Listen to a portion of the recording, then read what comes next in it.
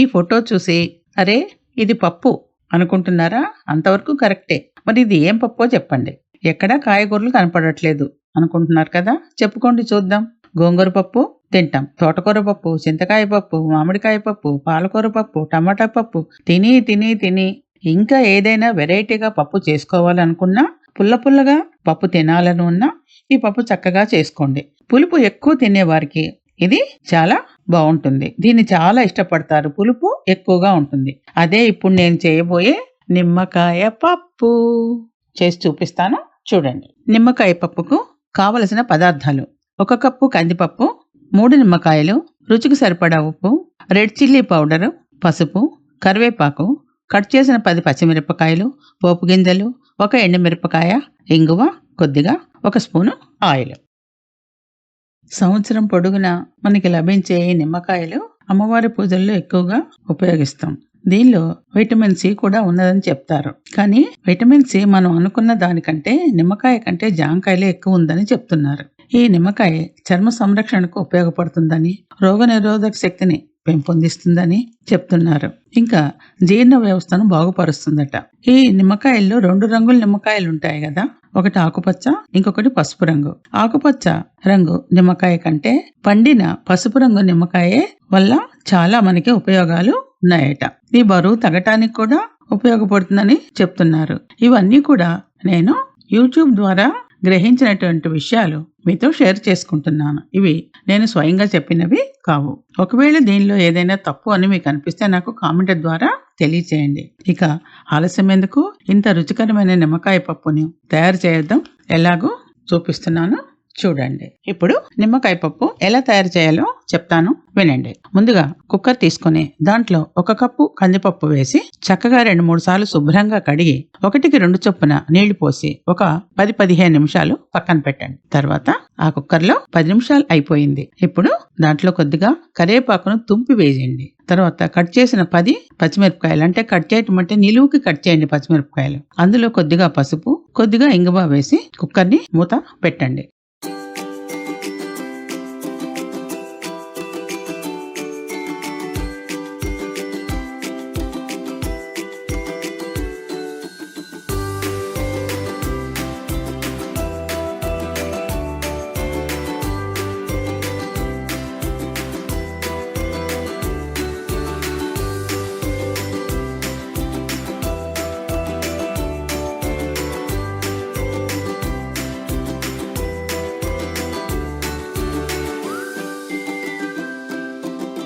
ఇప్పుడు stove on చేసి cooker పెట్టి ఒక 5-6 విజిల్స్ రానివ్వండి. 5-6 విజిల్స్ వచ్చిన తర్వాత చక్కగా చల్లారే వరకు కుక్కర్ని పక్కన పెట్టండి. కుక్కర్ చల్లారిపోయింది. విజిల్ తీసి ఓపెన్ చేస్తున్నాను. చూసారా, పప్పు మెత్తగా ఉడికిపోయింది. ఇక మ్యాషర్తో చక్కగా పచ్చిమిరపకాయలన్నీ మ్యాష్ అయ్యే వరకు, మెత్తగా అయిపోయే వరకు మ్యాష్ చేయండి. బాగా మెత్తగా మ్యాష్ చేయండి.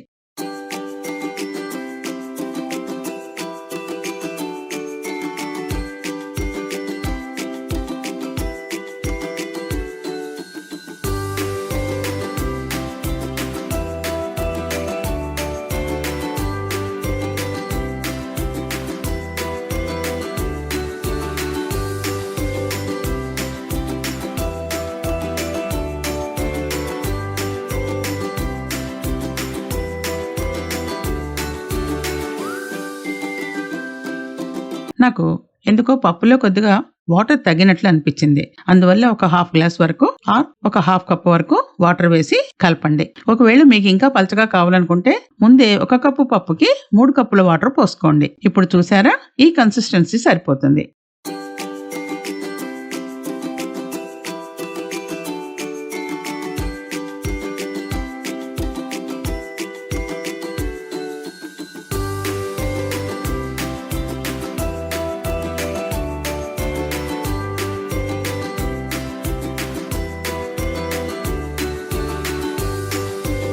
ఇప్పుడు దానిలో ఆ కుక్కర్లో సరిపడా ఉప్పు, రెడ్ చిల్లీ పౌడర్ మీకు కావలసినంత, కొద్దిగా పసుపు వేసి బాగా కలపండి. లాస్ట్ లో 6 నిమ్మకాయల చెక్కలు, అంటే 3 నిమ్మకాయలు కాబట్టి 6 చెక్కల నిమ్మకాయ రసం పడుతుంది. పప్పు పల్చగా ఉండాలి, లేకపోతే అన్నంలోకి తింటే చప్పగా ఉంటుంది. కాబట్టి మనకి 3 నిమ్మకాయల రసం పడుతుంది.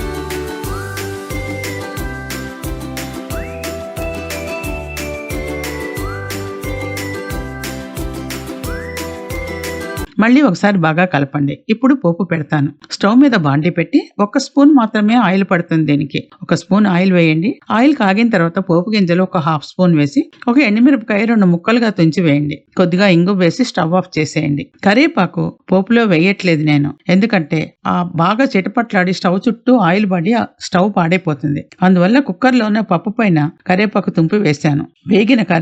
వేగిన పోపుని తీసి ఈ కరివేపాకు మీద పోసాను. ఒకవేళ ఆయిల్ చిందినా కూడా కుక్కర్లోనే పడుతుంది. స్టవ్ పాడకుండా ఉంటుంది. ఎందుకంటే మన సొంత ఇల్లు అయితే మనం ఎట్లయినా చేసుకోవచ్చు. రెంటెడ్ హౌస్ అయితే మనం కొన్ని రూల్స్ కి కట్టుబడి ఉండాలి.